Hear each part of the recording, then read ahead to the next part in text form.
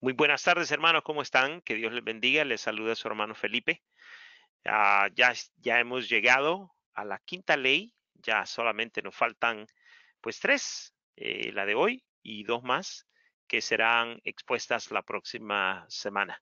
El día de hoy estaremos hablando acerca de la ley del proceso de la enseñanza, la ley del proceso de la enseñanza. Bueno, para comenzar, hermanos, estudiamos las semanas pasadas. Comenzamos con la ley del maestro. El maestro debe conocer lo que ha de enseñar. Luego estudiamos acerca de la ley del discípulo. El discípulo debe atender con interés a la materia que ha de aprender.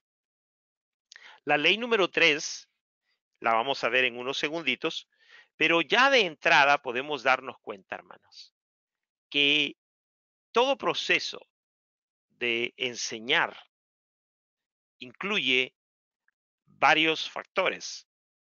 Para comenzar, hermano, estamos hablando que entre la ley uno y la ley 2 encontramos dos factores personales, uno que tiene que ver con el maestro y el otro que tiene que ver con el discípulo. Son seres humanos frente a frente, uno poniendo atención y otro hablando o comunicando un material que conoce para tener un debate intelectual, un intercambio de ideas, un intercambio de experiencia, que es la manera y la forma como nosotros conocemos lo que es la enseñanza. Entonces, para comenzar, en todo proceso de la enseñanza, nos encontramos con estos dos factores, los factores personales. Y luego nos encontramos con dos factores mentales, dos factores personales y dos factores mentales. El primer factor mental es el factor del idioma o lenguaje usado en la enseñanza. Debe ser común al maestro y al discípulo. Tiene que haber algo que los una, que los intercale, que, que, que haga que esa comunicación se pueda llevar a cabo con toda efectividad.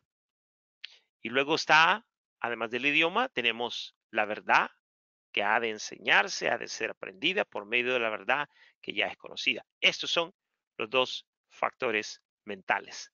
Pero además de eso tenemos um, la ley 5, la ley 6 y la ley 7, que constituyen tres actos o procesos funcionales. La ley 5, que es la que vamos a estar estudiando el día de hoy, dice lo siguiente: excítense y diríjanse las actividades del discípulo, y como regla general no se le diga nada que pueda aprender por sí mismo. La ley 6 dice: el discípulo ha de reproducir en su mente la verdad que ha de aprender. Y para concluir, la ley número 7 dice: la terminación, prueba y confirmación de la obra de la enseñanza ha de realizarse por medio de la revista y de la aplicación. Todos y cada uno de estos elementos son los elementos esenciales en todo acto completo de enseñanza.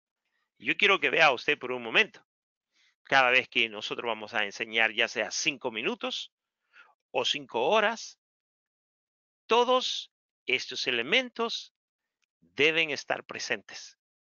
Si usted es un maestro de la escuela dominical, un maestro de damas, de niños, de ancianos, de jóvenes, sin importar a quién usted le esté enseñando, usted se va a dar cuenta que usted está como maestro y luego ellos están como discípulos. Luego usted tiene un lenguaje, una manera de comunicarse con esa persona o un idioma. Tiene una verdad que usted va a enseñar. Luego tiene un proceso en el que usted entiende que ese proceso de la enseñanza va a excitar y a dirigir las actividades del discípulo.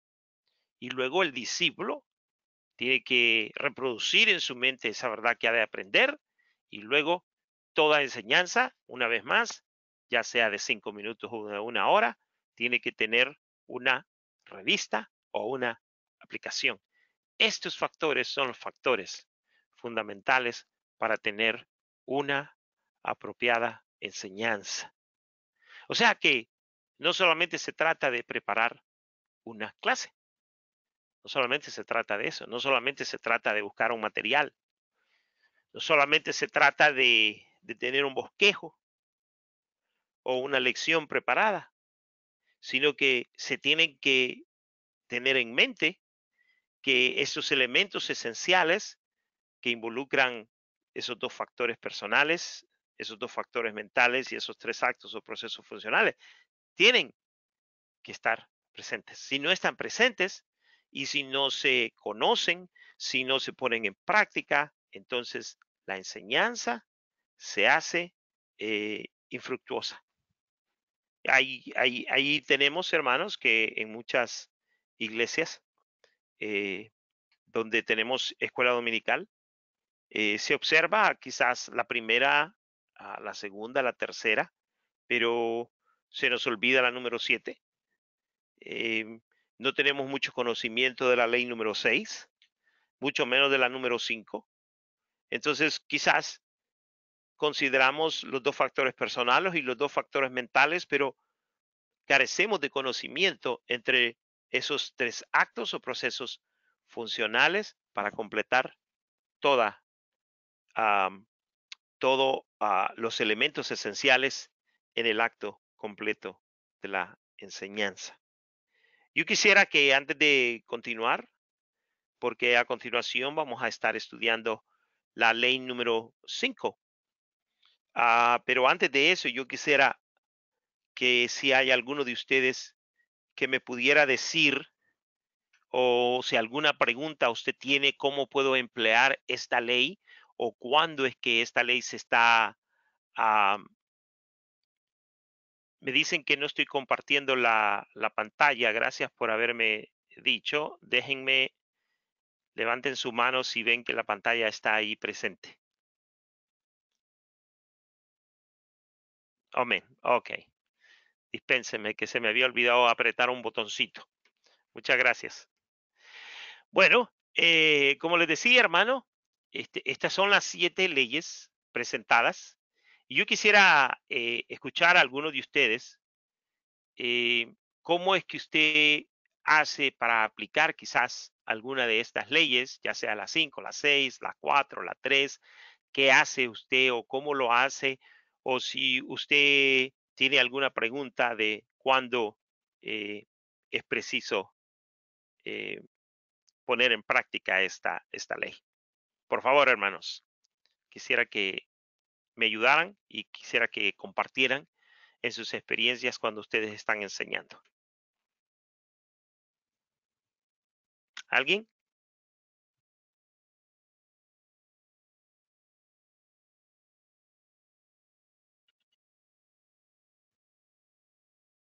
Por ejemplo, hermano, cuando uno, yo siempre que estoy predicando, siempre se me hace muy importante que todos los pastores, eh, maestros que me están escuchando, siempre eh, le den la oportunidad a aquel que está escuchando de venir a los pies de Cristo. Y esa ley, la última ley, la que dice que la terminación, prueba y confirmación de la obra de la enseñanza ha de realizarse por medio de la revista y la aplicación. Es importante, hermanos, que sin importar de lo que nosotros estemos predicando, podemos estar predicando el diezmo, podemos estar predicando de Apocalipsis, podemos estar predicando de lo que sea. Siempre al final de una lección, uno tiene que darle la oportunidad a aquel que nos está escuchando de recibir al Señor Jesucristo. Y eso se hace a través de esa aplicación y traer a la mente de los que nos están escuchando que Jesucristo es el que vino a morir por nuestros pecados y por lo tanto nosotros podemos predicar el evangelio de salvación. Ah, ¿Alguien más quisiera compartir algo antes de continuar?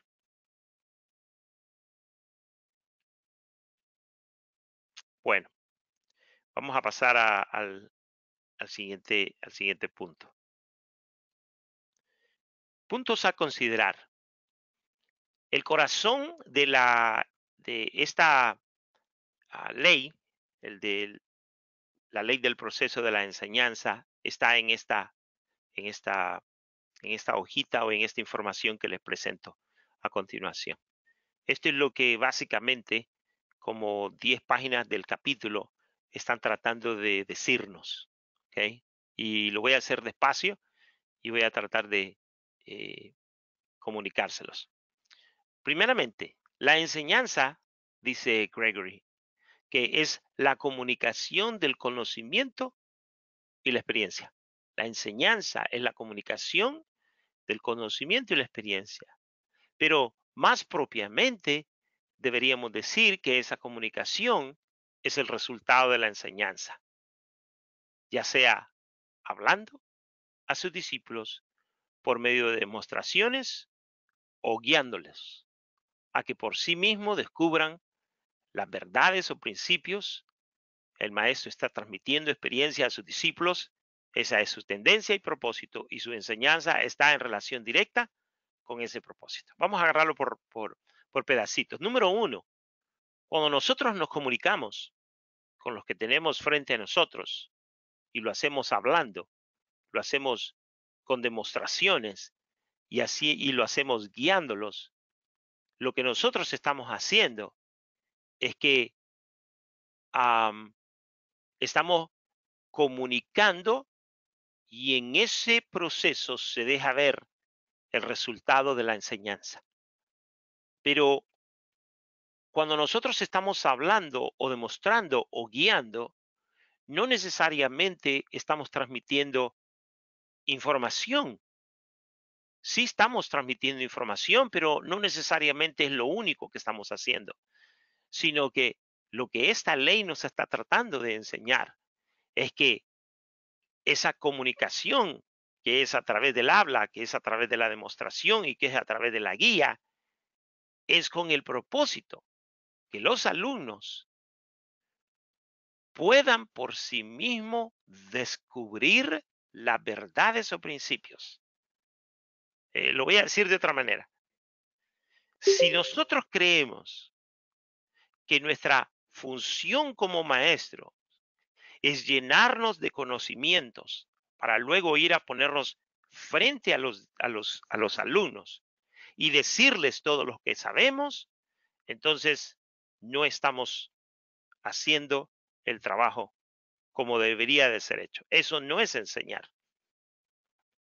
Nuestro trabajo consiste en decirles o transmitirles, comunicarles nuevos conocimientos, pero más que eso, es hablarles, demostrarles y guiarles a que por sí mismos descubran ellos mismos las verdades o principios que nosotros estamos tratando de enseñarles. Por ejemplo, cuando se trata de la fe, nosotros podemos hablar de Jesucristo, podemos hablar de sus heridas, podemos hablar de quién era, podemos hablar de la historia de Jesucristo, podemos hablar de muchas cosas de Jesucristo, pero si el que lo está escuchando a usted no busca por sí mismo, no descubre por sí mismo las verdades que están en la Biblia o los principios que están en la Biblia, entonces lo que ocurre es que simplemente estamos diciendo muchas palabras muy bonitas que quizás se resuenan en los oídos de aquellos que los están escuchando por unos minutos, pero de ahí en adelante se van a sus casas y no se acuerdan de absolutamente nada. Entonces, es un punto importante a considerar, que cuando usted se para frente a sus discípulos, les está enseñando, les está demostrando, los está guiando y les está hablando, que sea no solamente para informarles, sino que para ah, incitarlos a ellos, a que ellos descubran las verdades o los principios por sí mismos. que vayan, que después que termina la clase, vayan y lean, vayan y busquen. Y así de esa manera es como se obtiene el, el conocimiento. Y ese en sí es lo que dice Gregory, que es el proceso de la enseñanza. Descubrir por sí mismo. La obra actual del maestro, dice Gregory, consiste en despertar y poner en acción la mente del discípulo, despertar y poner en acción la mente del discípulo, en excitar sus propias actividades. El conocimiento no puede pasar de una mente a otra como se pasan los objetos de un lado a otro, sino que en cada caso la mente que lo recibe debe reconocerlo, repensarlo y revivirlo. Todo lo que yo les estoy diciendo a ustedes es muy posiblemente que el día de hoy se les olvide, pero va a llegar un día en que ustedes van a tener que enseñar. Entonces quizás se van a acordar de algunos de los principios que yo les estoy enseñando y entonces van a ir en busca de querer descubrir por ustedes mismos, de repensar, de reconocer y de revivir lo que el día de hoy les estoy enseñando. Y por eso le damos gracias a Dios de que tenemos la habilidad de poder grabar las clases para que usted pueda ir y visitar nuevamente todo lo que estamos tratando de decir. Si usted visita nuevamente las grabaciones, si visita nuevamente estas exposiciones, entonces he hecho mi trabajo. ¿Por qué? Porque ahora es usted mismo tratando de descubrir las verdades y los principios. Es usted mismo tratando de reconocer, repensar y de revivir lo que se le está tratando de enseñar. Y esa es la obra de un maestro. Esa es la obra de un pastor. Que cuando la gente se vaya del sermón, no solamente lloren en el templo, sino que también continúen llorando en sus casas. Que no solamente sean tocados en el templo, sino que en sus casas, allí donde tienen que poner en práctica todos estos principios que han aprendido, allí es donde tienen que ellos mismos reconocerlo, recompensarlo y revivirlo. En la iglesia todo el mundo es santo, pero cuando llegamos a nuestras casas, allí es donde tenemos que aprender a perdonar, es donde tenemos que aprender a tener paciencia, es donde tenemos que aprender a tener amor. Y esos principios que se nos han enseñado en la iglesia, que vienen de la palabra de Dios, usted viene y en la calle, en su trabajo, en su casa, con su esposa, con su esposo, con sus hijos, con su vecino, comienza usted a descubrir cómo es que estos principios del cielo trabajan en la vida práctica. Todas las explicaciones, hermanos, y exposiciones resultan inútiles a menos que sirvan para excitar y dirigir a los discípulos en un acto de pensar y de descubrir por sí mismo. Si el discípulo no piensa por sí mismo, la enseñanza no tendrá resultados. Las palabras del maestro caerán en oídos sordos. Entonces, cuando un maestro está enseñando, lo que está haciendo es simplemente regando la semilla. ¿Se acuerdan la parábola del sembrador? Que el sembrador lo que salió a hacer es, salió a sembrar y sembró en diferentes terrenos y los terrenos fueron los que dieron fruto y usted ya sabe la historia de lo que ocurrió con ese fruto. Usted es el terreno, usted, usted es el terreno, usted es un oyente. Si usted estudia bien la parábola de el sembrador, ahí se está hablando de 4 diferentes clases de oyentes, porque en cada uno de esos y aquel que recibió la palabra oyó usted a cada rato en las 4 exposiciones, usted va a encontrar la palabra oír. Entonces son 4 oyentes. ¿Qué clase de oyente es usted? Si usted no pone atención, si usted no va y trata de descubrir nuevamente por sí mismo esas verdades y esos principios, entonces eh, no puede aprender.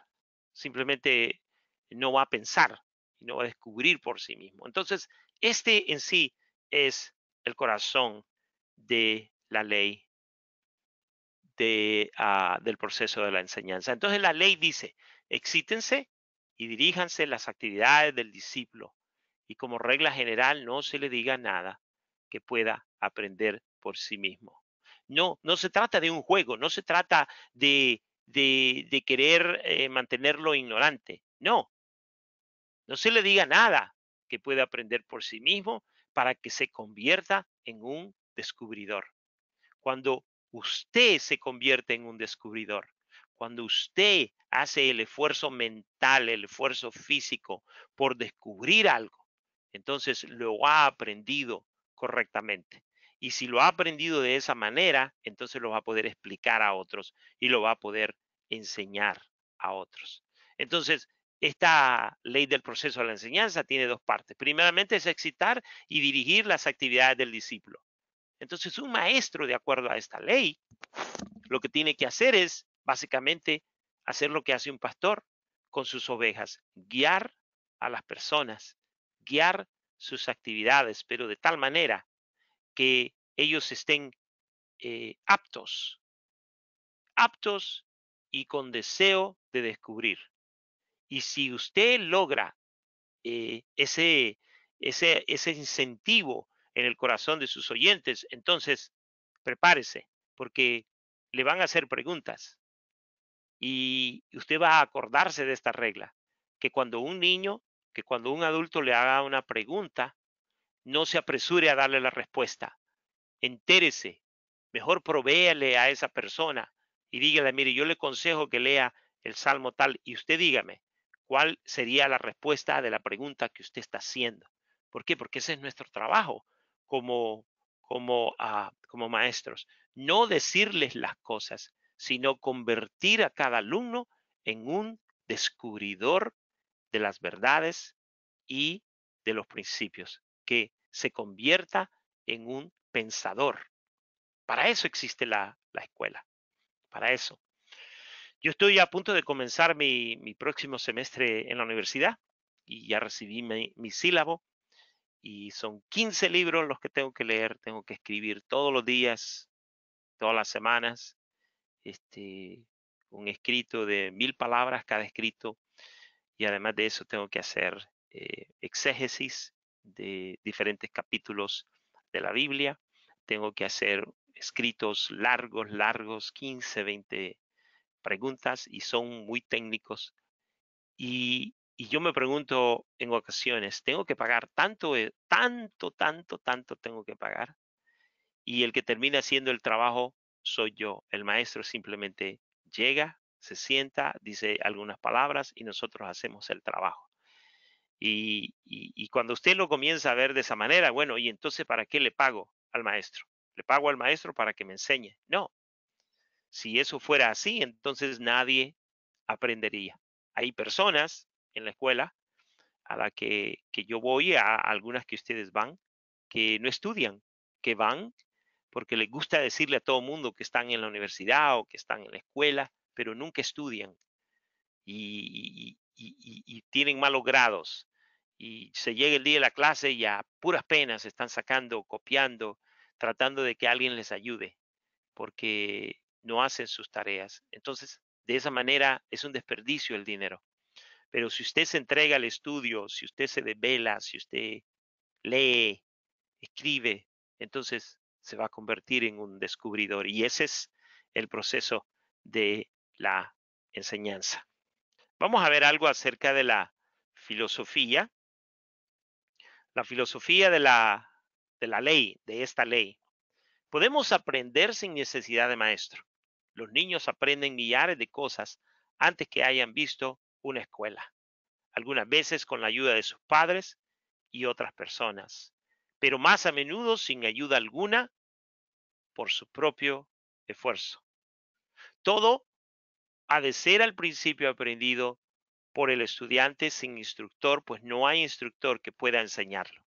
Si esto es cierto, entonces la función del maestro es crear las condiciones más favorables para que el alumno pueda aprender por sí mismo. Ese es el corazón, la filosofía, el corazón de esta ley.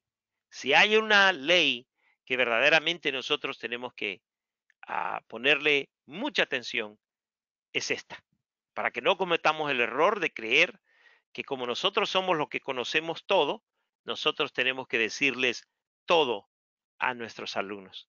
Hay iglesias, hermanos, donde el pastor es muy inteligente, es muy sabio y sabe todo, pero sus congregaciones no saben absolutamente nada.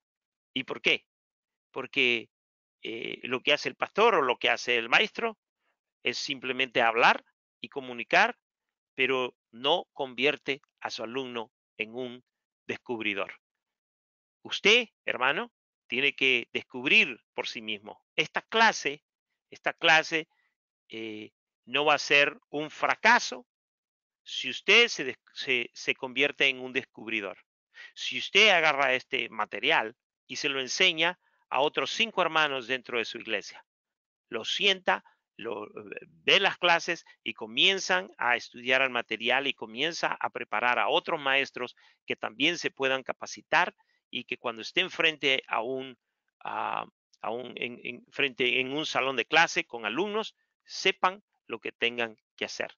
Y su tarea va a ser no simplemente transmitir lo que está en el currículo, sino de proveerles eh, condiciones favorables a todos los alumnos para que ellos puedan aprender por sí mismos, para que ellos sean los descubridores de todas las verdades que van a ser presentadas. Puesto que el conocimiento se haya conectado en grandes sistemas, pero estas conexiones son leyes y relaciones desconocidas para el principiante y han de ser aprendidas a través de la observación y el estudio cuidadoso. La escuela selecciona para su curso lo que considera más útil de las experiencias de la raza, las organiza y presta a sus alumnos juntos con las facilidades para aprenderlas. Esta es la respuesta a la pregunta: ¿cuál es pues el propósito de las escuelas y cuál la necesidad de maestros si los alumnos aprenden por sí mismos? Bueno, es muy sencillo, porque el conocimiento para poder ser comunicado tiene que organizarse en diferentes grupos para que el alumno pueda hacer sus estudios y sus observaciones. Y entonces la escuela, tanto la escuela dominical como la escuela secular, se sienta con los miembros de su iglesia y dicen, bueno, vamos a enseñar doctrina. Vamos a tener una clase de doctrina y estas son las doctrinas que vamos a enseñar. Y entonces el pastor juntamente con sus líderes comienzan a considerar y a pensar en todos los hermanos que hay en la iglesia, en todos los adultos, y comienzan a darse cuenta que la mayoría de los hermanos y hermanas no conocen la doctrina de la Biblia. Conocen muchas cosas, han oído muchas cosas, pero no conocen las doctrinas de la Biblia.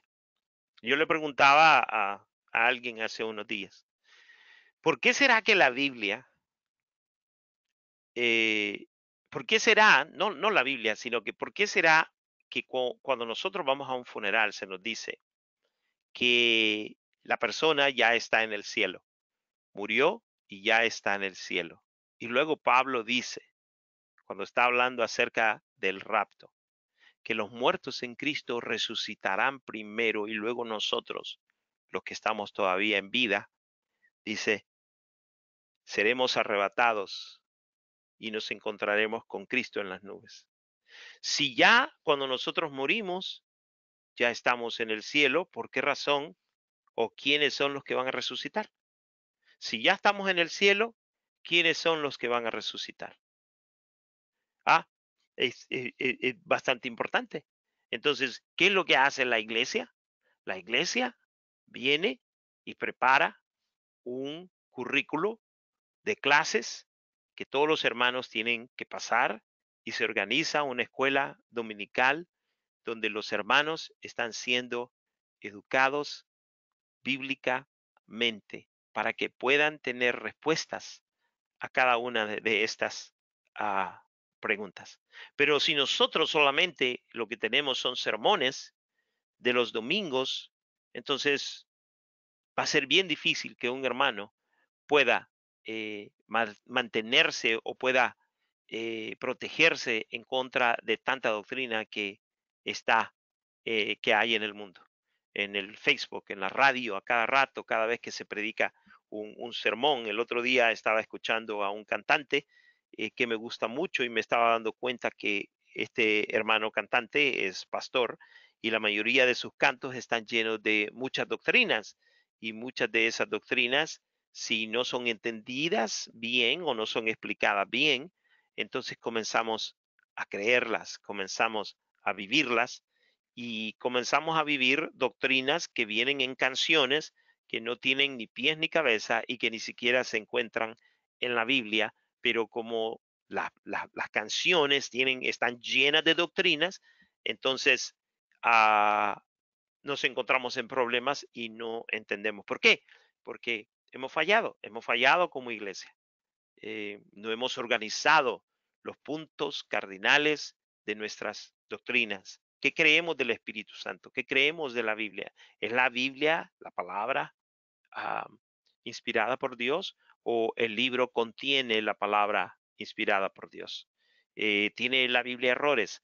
¿Qué creen los testigos de Jehová? ¿Qué creen los musulmanes? ¿Qué creen los anglicanos, los luteranos? ¿Qué creen? Eh, una clase de doctrinas.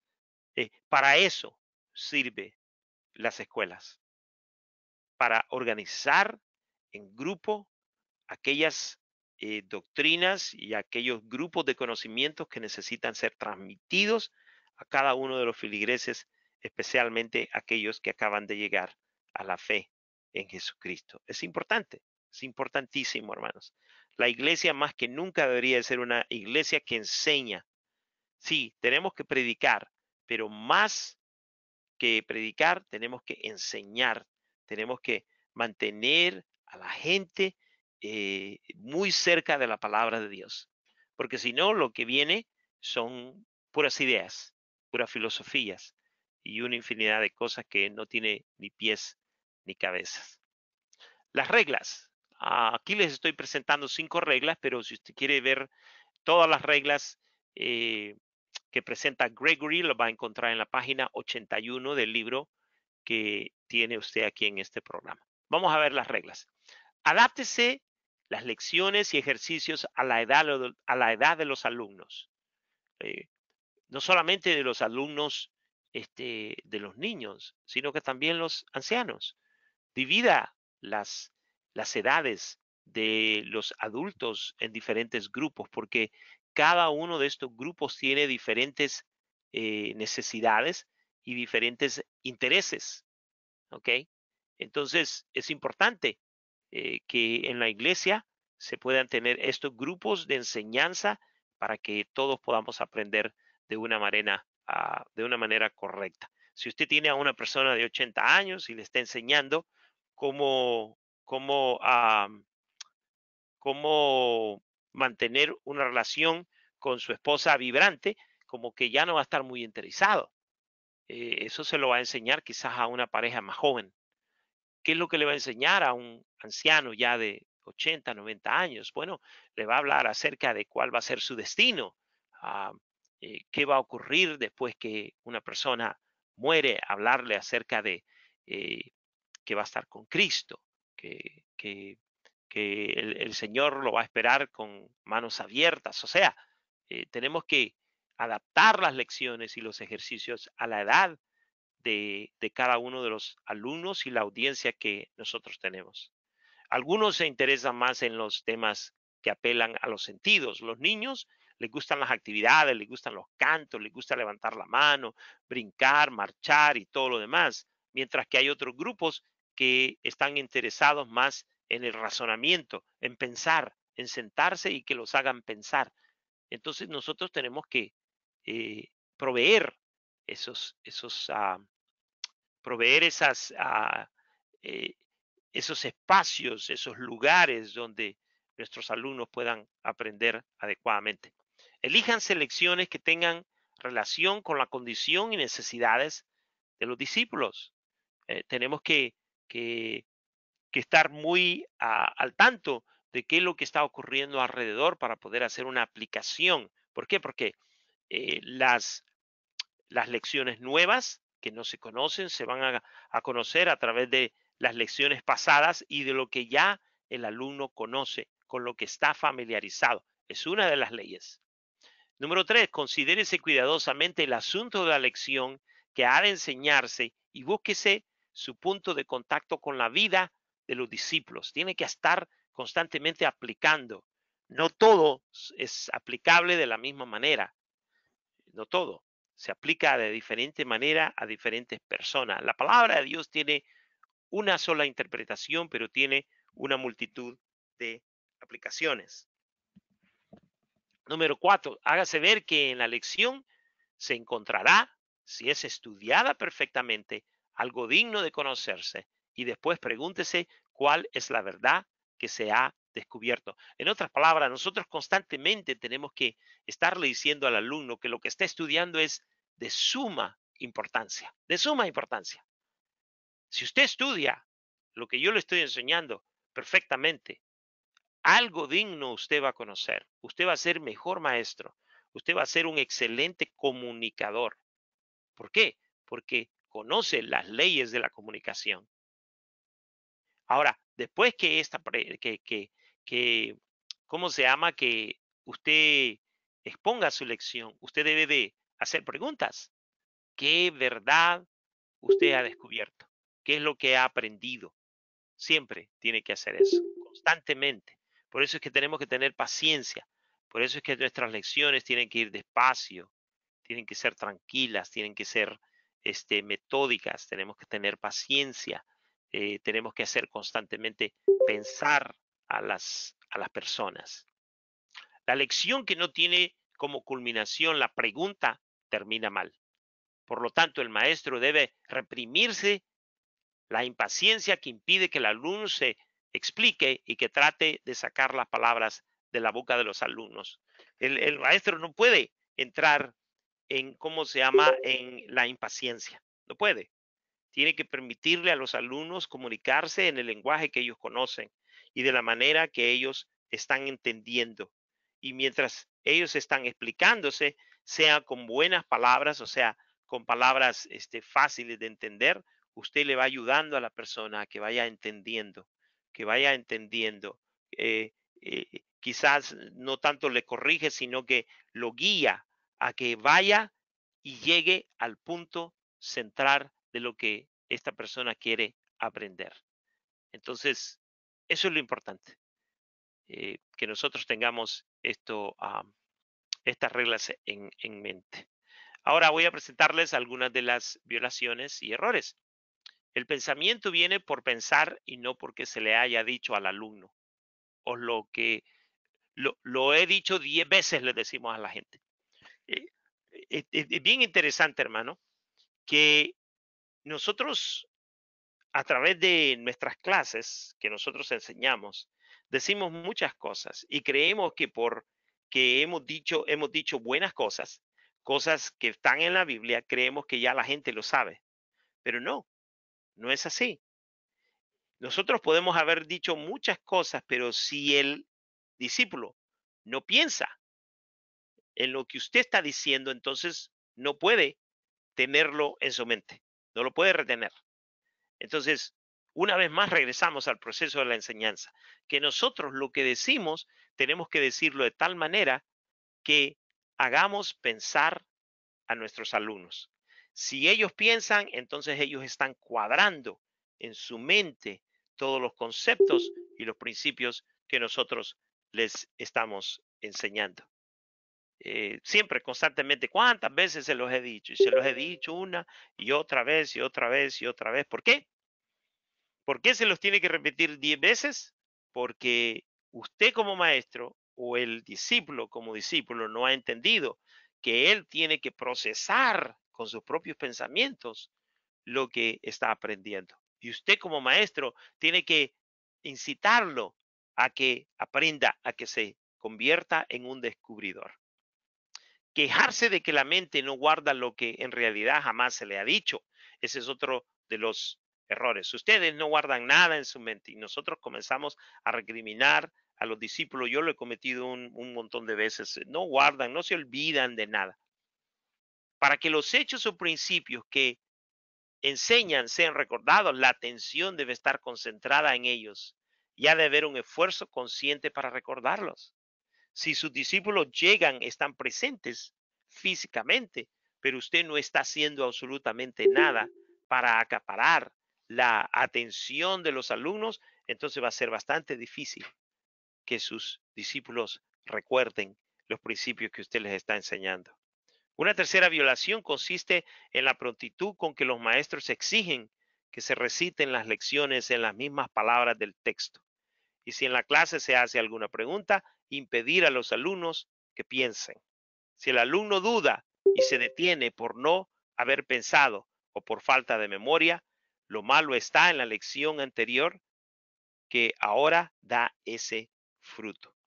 Entonces, como usted ve, hermanos, que enseñar no es cualquier cosa.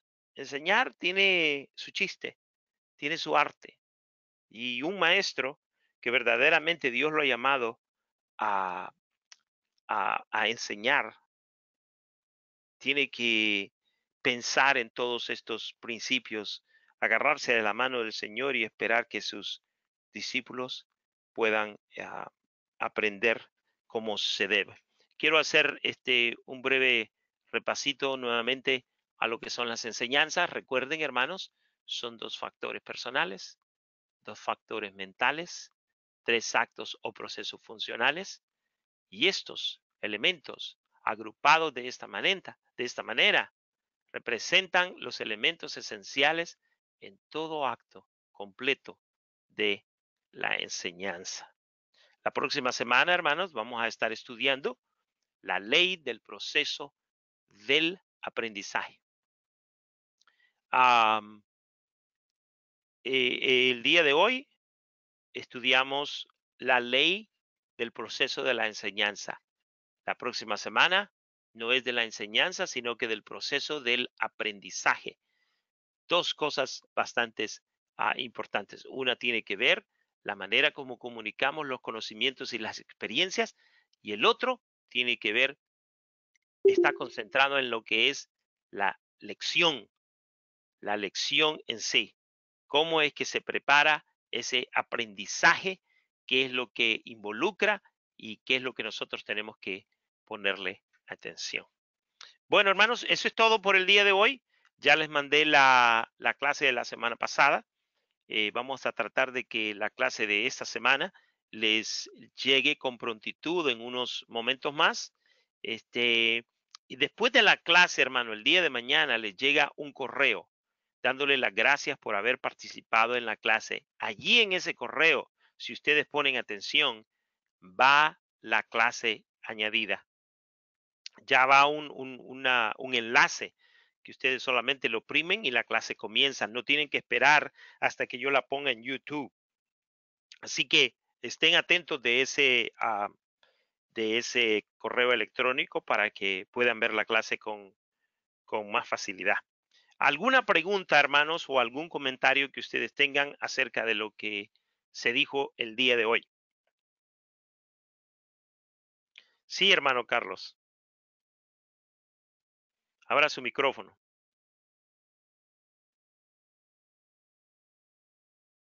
Abra su micrófono, hermano.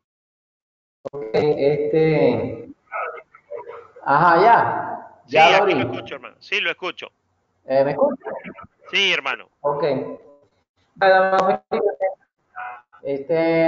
Hemos tenido problemitas con el audio, no escuchamos todo completamente, pero sí captamos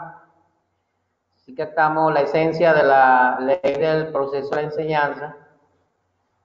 Y cuando usted hablaba sobre la ley, donde decía que hay que excitar el pensamiento del alumno en cuanto a aquello que le queremos enseñar aquello pues que él necesita aprender. Entonces yo me decía, a mí mismo me decía, ¿qué sucede que un maestro ya está tratando de llevar a los alumnos a excitar ese pensamiento, a que ellos descubran por sí mismos la verdad? Pero entonces yo decía, bueno, pero eso hay que saberlo hacer. Y pudiera pasar también que si yo decía, bueno, pero si el maestro trata de hacer eso, de citar el pensamiento, de que él mismo descubra esa verdad, pero el maestro también debe estar preparado, ¿no? Y ahí me iba a la primera ley, porque cuando el maestro le toca participar, entonces él también, cuando los alumnos noten que él está bien preparado, de alguna manera los va a estimular también a que ellos estudien, a que ellos investiguen, a que ellos traten de descubrir la verdad. O sea que no es solamente, por eso es que, como usted dijo, pues hay que usar todas en conjunto. Puede ser que alguien lo haga así como un maestro lo haga, bueno, que sean que investiguen.